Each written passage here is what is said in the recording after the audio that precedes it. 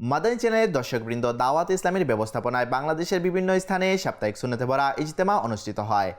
এই ধারাবাহিকতায় মুবাল্লিগে দাওয়াতে ইসলামী উপস্থিত আশিকানে রাসূলের মাঝে সুন্নতে ভরা বয়ান করেন, জিকিরের পাশাপাশি সালাতু সালাম এবং দোয়া করেন।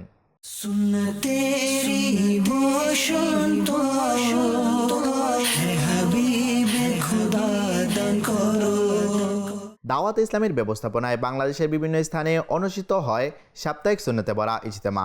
উক্ত ইজতেমায় আশিকানে রাসূলের অংশগ্রহণে সৃষ্টি হয় এক অনন্য সুন্দর পরিবেশ। এরই ধারাবাহিকতায় অনুষ্ঠিত ইজতেমায় মুবাল্লিগে দাওয়াতে ইসলামী আশিকানে রাসূলের মাঝে পেশ করেন সুন্নতে ভরা বয়ান।